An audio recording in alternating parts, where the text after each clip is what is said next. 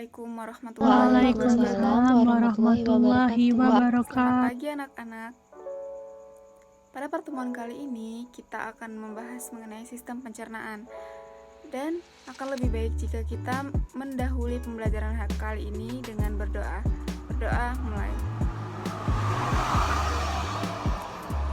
Berdoa selesai. Sebelum melakukan pembelajaran, Ibu akan mengabsen kalian terlebih dahulu. Rati, Hadir Bu. Indah, Hadir Bu. Lutfia. Hadir Bu. Baiklah, sekarang Ibu akan memberikan sedikit penjelasan mengenai sistem pencernaan. Pada sistem pencernaan, manusia tersusun atas beberapa organ dan kelenjar, aksesoris yang saling terhubung. Sistem ini terdiri atas rongga mulut, kerongkongan, lambung, usus halus, usus besar, rektum, yang terakhir yaitu anus. Pada kelenjar yang terdapat di sistem pencernaan adalah kelenjar air liur, pankreas, serta empedu. Pada kelenjar-kelenjar tersebut menyekresikan zat-zat lain yang dibutuhkan dalam proses mencerna makanan. Proses pencernaan makanan melalui mekanisme yang cukup panjang. Pada mulut sendiri terjadi proses pemecahan makanan menjadi bagian yang lebih kecil dan halus secara mekanik dan kimiawi menggunakan gigi dan enzim ptyalin. Selanjutnya makanan didorong ke lambung melalui kerongkongan. Pada kerongkongan terdapat otot-otot yang mengatur gerakan mendorong makanan yang disebut dengan gerak peristaltis. Pada lambung, pencernaan terjadi secara kimiawi oleh enzim renin, pepsin, dan HCl. Pada lambung, pencernaan terjadi secara kimiawi dengan enzim renin, pepsin, lipase, dan HCl. Kemudian proses penyerapan sari-sari makanan yang terjadi di usus halus, proses penyerapan air dan pembusukan sisa makanan terjadi di usus besar. Kemudian sisa-sisa makanan dikeluarkan melalui anus.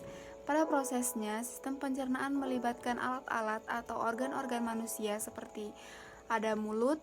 Pada mulut terjadi proses pencernaan makanan secara mekanik dan kimiawi di mana gigi, lidah, serta kelenjar ludah berasal dari enzim ptyalin berperan penting. Pada kerongkongan, di mana menjadi tempat lewatnya makanan, di kerongkongan makanan hanya lewat selama 6 detik. Lalu lambung dapat mencerna makanan secara mekanik karena memiliki lapisan-lapisan otot. Lambung tersusun atas 3 lapisan otot, yaitu bagian dalam, serabut miring, bagian tengah, berserabut melingkar, dan bagian luar berserabut memanjang.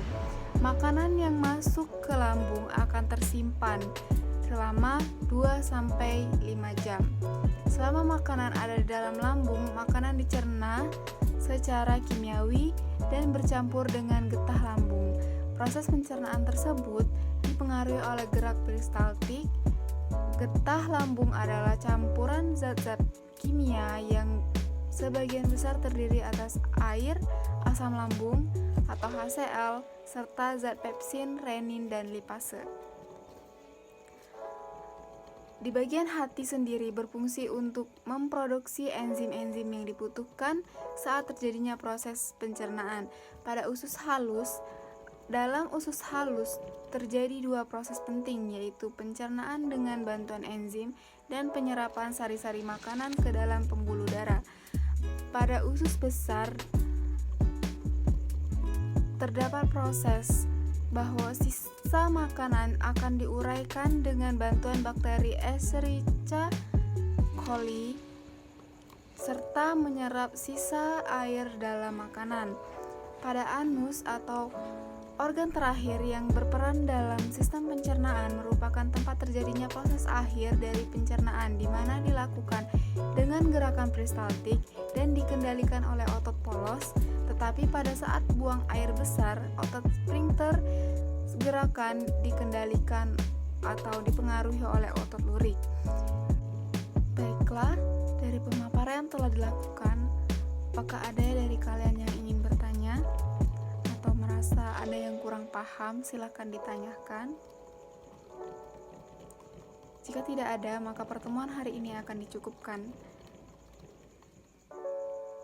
Baiklah, pertemuan hari ini saya cukupkan. Saya akhiri.